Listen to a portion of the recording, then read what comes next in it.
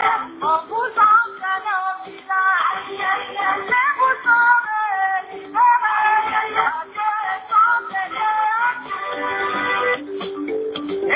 Nous irons maintenant au verset 16.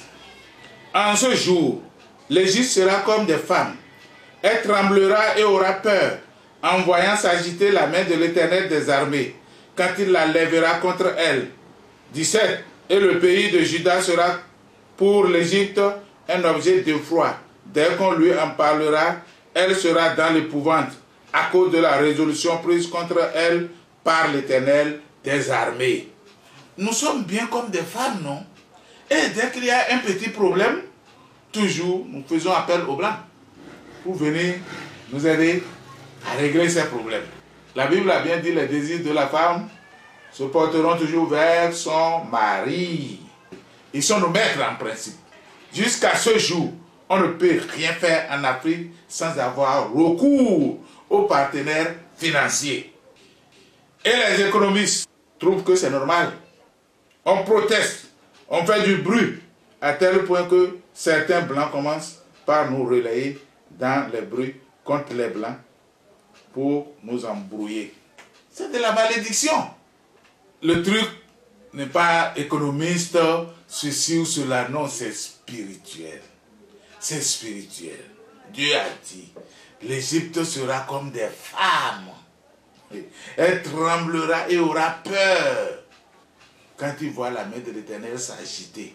Vous voyez, ce n'est plus l'Égypte maintenant. Quand le Covid-19, vous voyez, tout le monde entier a tremblé. Ça, c'est la main de l'Éternel. Quand il agite sa main contre quelqu'un, c'est comme ça. Donc, c'est une parole certaine que Dieu a annoncée à tout le monde entier. Moi, je dis toujours, il faut qu'on fasse attention. Il n'y a aucune grande puissance qui ne se pliera pas sous la parole de Dieu. C'est ça que Covid-19 vient de nous montrer. Parce que ça fait longtemps qu'on n'a plus vu la main de Dieu. C'est dans la Bible.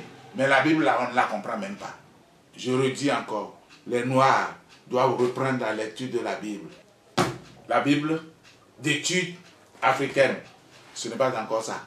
Ils se sont basés sur ce qu'ils ont appris des Blancs pour écrire les commentaires qu'il y a dedans. Ça, c'est ce que moi j'ai constaté.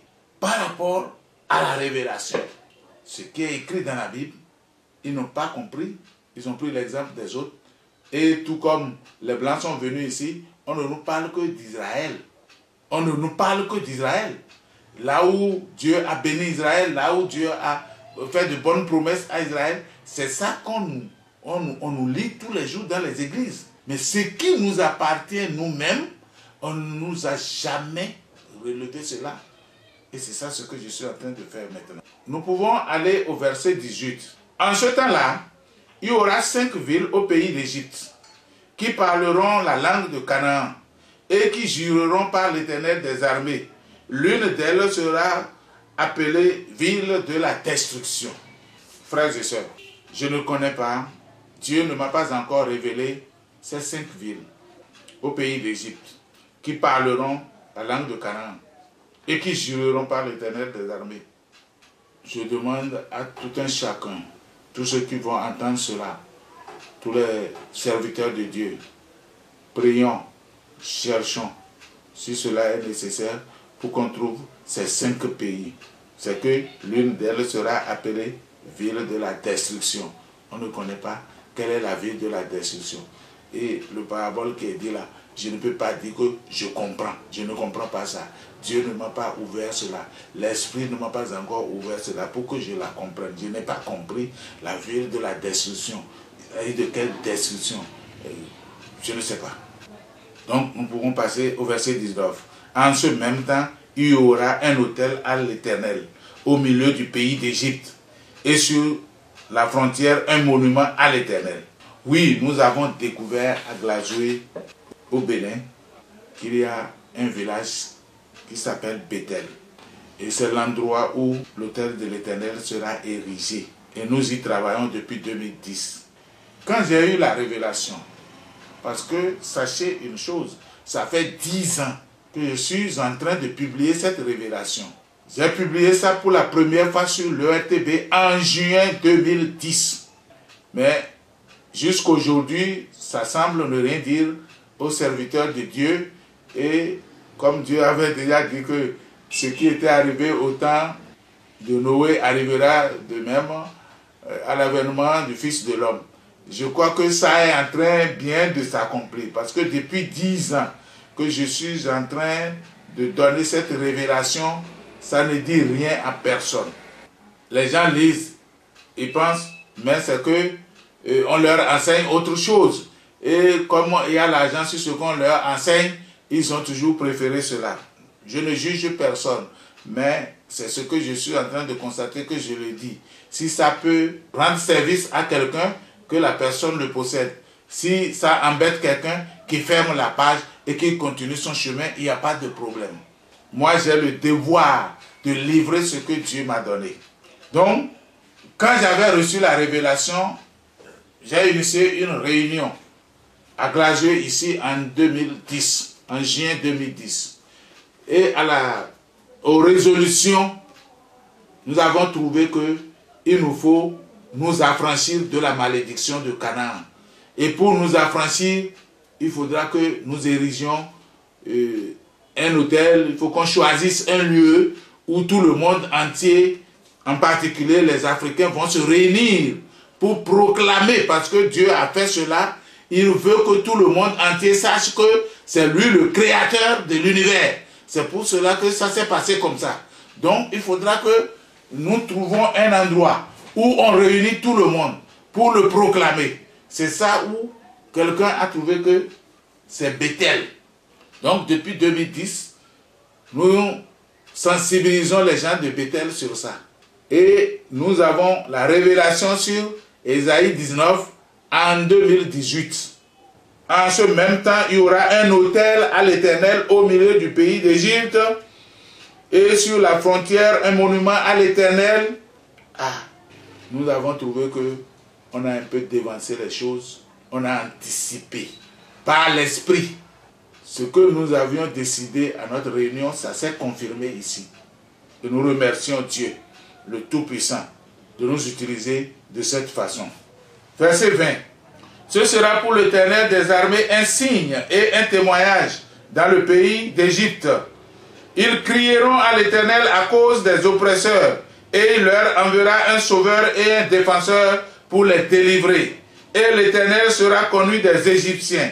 Et les Égyptiens connaîtront l'Éternel en ce jour-là. Ils feront des sacrifices et des offrandes. Ils feront des vœux à l'Éternel et les accompliront.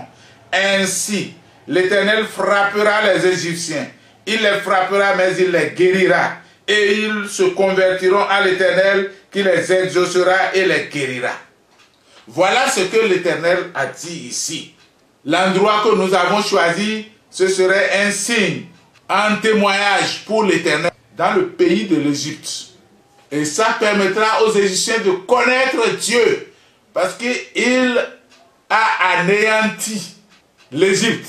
Il a dispersé les Noirs de l'Égypte pour que tout le monde entier sache que c'est lui le créateur. Et je crois que ça s'est accompli, parce que l'Égypte, malgré les richesses que l'on voit sur sa terre, ses habitants sont les plus pauvres du monde. Et nous trouvons aujourd'hui que c'est la parole de Dieu qui a amené que les Noirs soient dans cet état-là. Parce que toute la gloire est donnée à Dieu. Donc nous devons nous réunir à cet endroit pour rendre gloire à Dieu, pour faire reconnaître à tout le monde entier que le Dieu d'Israël est le vrai Dieu. Il est le créateur du ciel et de la terre et de tout ce qui s'y trouve. Et s'il y a des peuples quelque part qui ne connaissent pas encore leur identité, ils n'ont qu'à se pencher sur la Bible et étudier pour voir le sort qui leur est dédié. Ce n'est que comme ça que la paix peut arriver en leur sein. Donc, comme le Créateur a entendu les Africains dans leur pauvreté, on est en train de crier vers Dieu tous les jours. On supplie Dieu. Mais il ne peut rien faire. Parce que nous devons passer par ces préceptes. Et ces préceptes, c'est de reconnaître que vous êtes pécheurs, d'avoir la repentance et de demander pardon. C'est en cela que nous sommes en train de travailler aujourd'hui.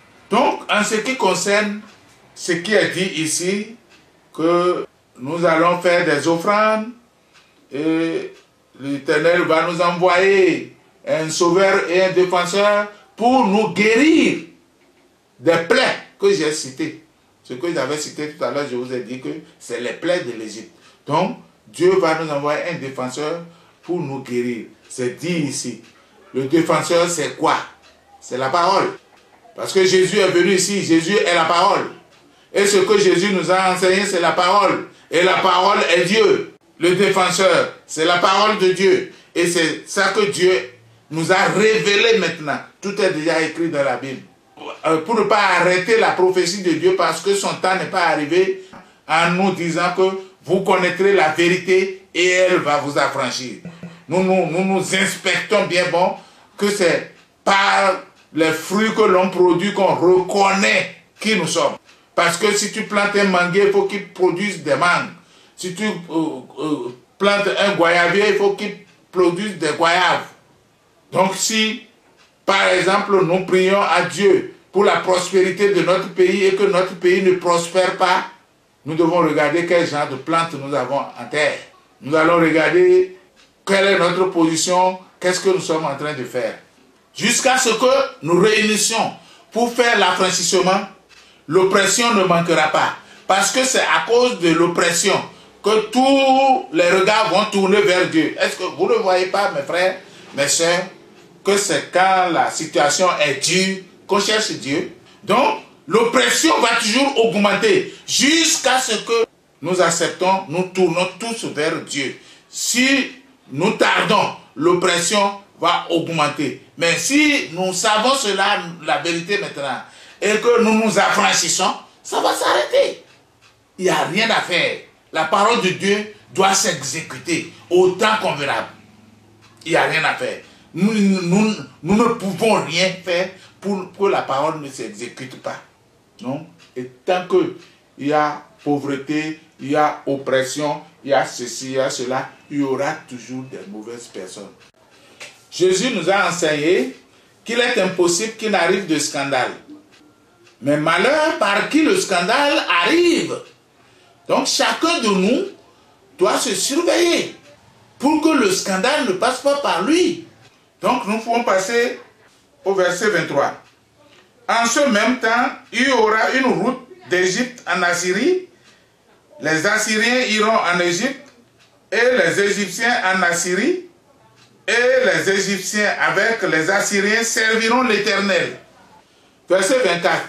En ce même temps, Israël sera lui troisième, uni à l'Égypte et à la Syrie, et ces pays seront l'objet d'une bénédiction.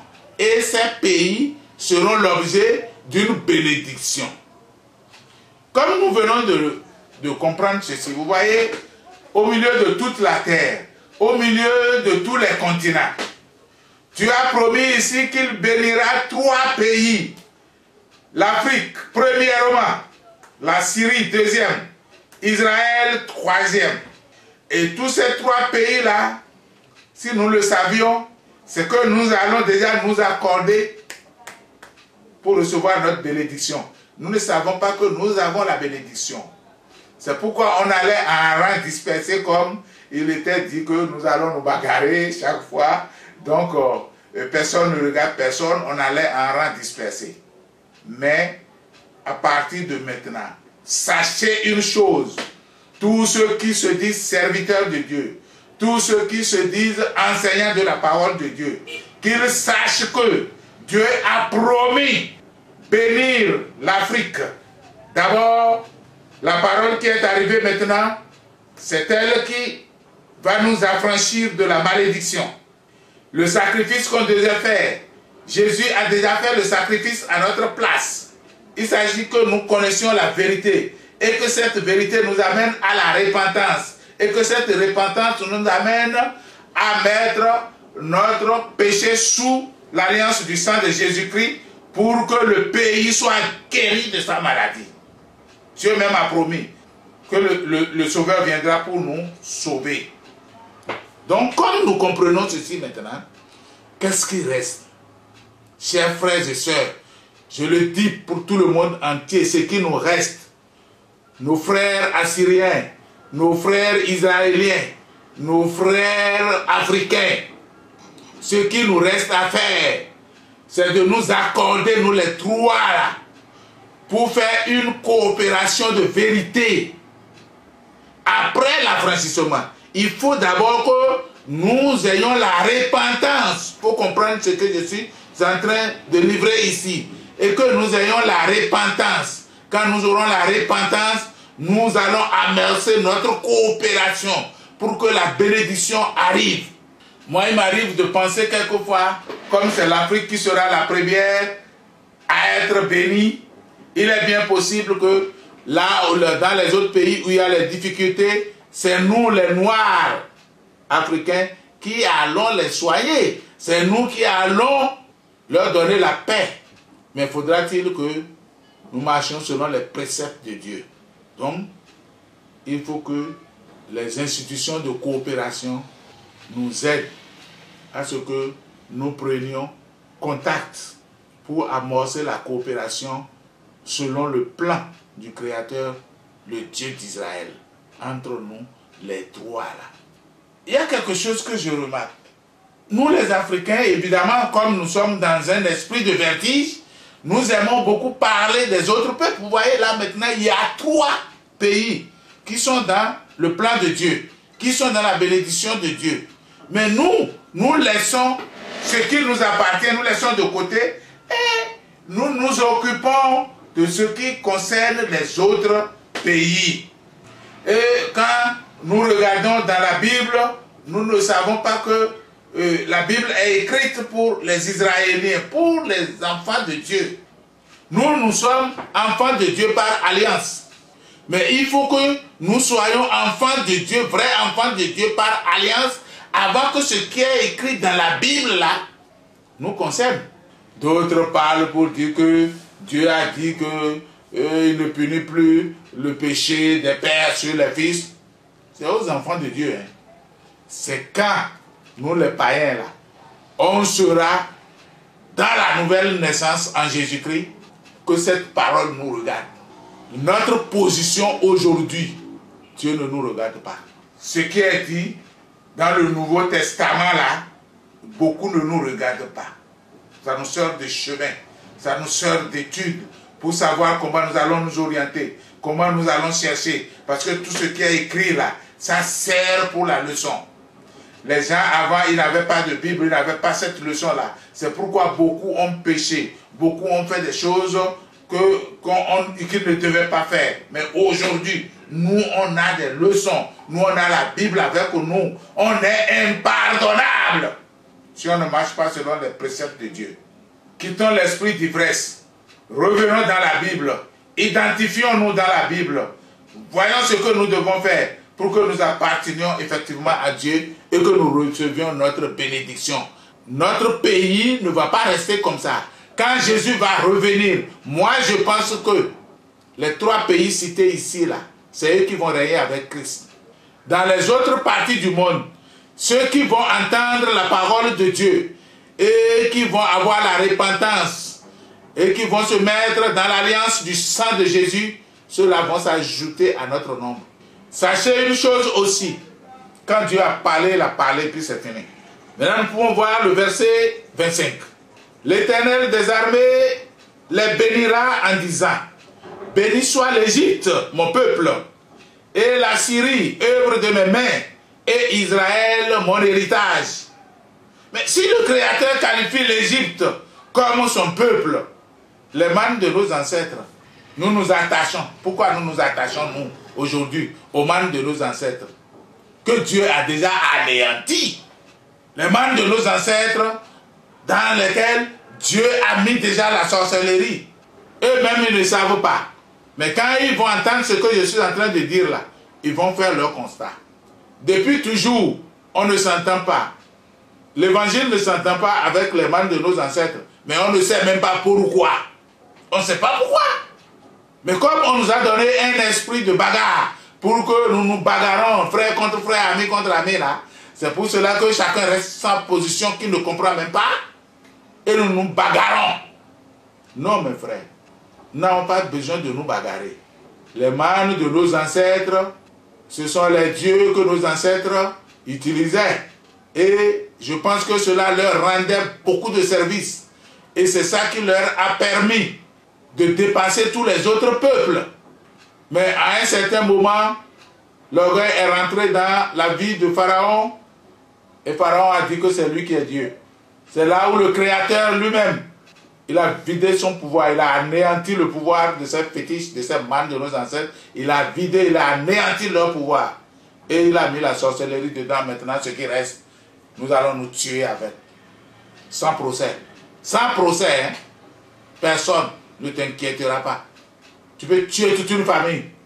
On n'a pas de loi. Nous sommes dans l'esprit d'ivresse. On ne peut même pas faire une loi. On ne peut pas étudier qu'est-ce qui se passe au milieu de nous et trouver des lois. Non. Non. Qui a pu faire? Il n'y a pas de juridiction propre à nous. On a pris les lois des Blancs qui tuent avec fusil, qui tuent avec des machettes, avec preuves. C'est ça que nous avons mis dans notre tribunal. Est-ce que c'est pour nous développer ça? Ça ne peut pas. Ça ne peut pas répondre à nos aspirations. Mais on ne le sait pas. Ce n'est pas de notre faute. Ce n'est pas de la faute de quelqu'un. Dieu même a constaté par nos prières, par nos supplications, et il a ouvert la brèche pour que nous comprenions maintenant. C'est pourquoi cette révélation nous est donnée. Donc, beaucoup pensent que la maladie de l'Afrique est incurable parce que les gens comme Kwame Nkrumah, Patrice Lumumba, Léopold Sédar Senghor, Nelson Mandela, Thomas Sankara, Kadhafi et beaucoup d'autres encore ont tenté et essayé de remédier à ces problèmes et n'ont pas pu jusqu'ici parce qu'ils n'avaient pas cette révélation du Créateur pour savoir spirituellement comment libérer l'Afrique. Nous pouvons demander à Dieu ses hauts pouvoirs pour guérir l'Afrique entière, comme c'est prévu ici. Depuis que Jésus-Christ s'est sacrifié pour nous, nous continuons de vivre comme prophétisé ici. Est-ce que nous avons compris et pratiquons le sens juste de l'œuvre salvatrice de Jésus-Christ? D'ailleurs, comment serions-nous exaucés dans l'esprit de combat les uns contre les autres du verset 2 qui s'observe dans toutes les congrégations religieuses en Afrique noire aujourd'hui? Personne n'est épargné et tout le monde est comme ça. Ou bien, étant dans l'esprit de vertige, comme un ivrogne qui vomit, quelle prière pouvons-nous, sans prendre conscience des enseignements de Jésus-Christ?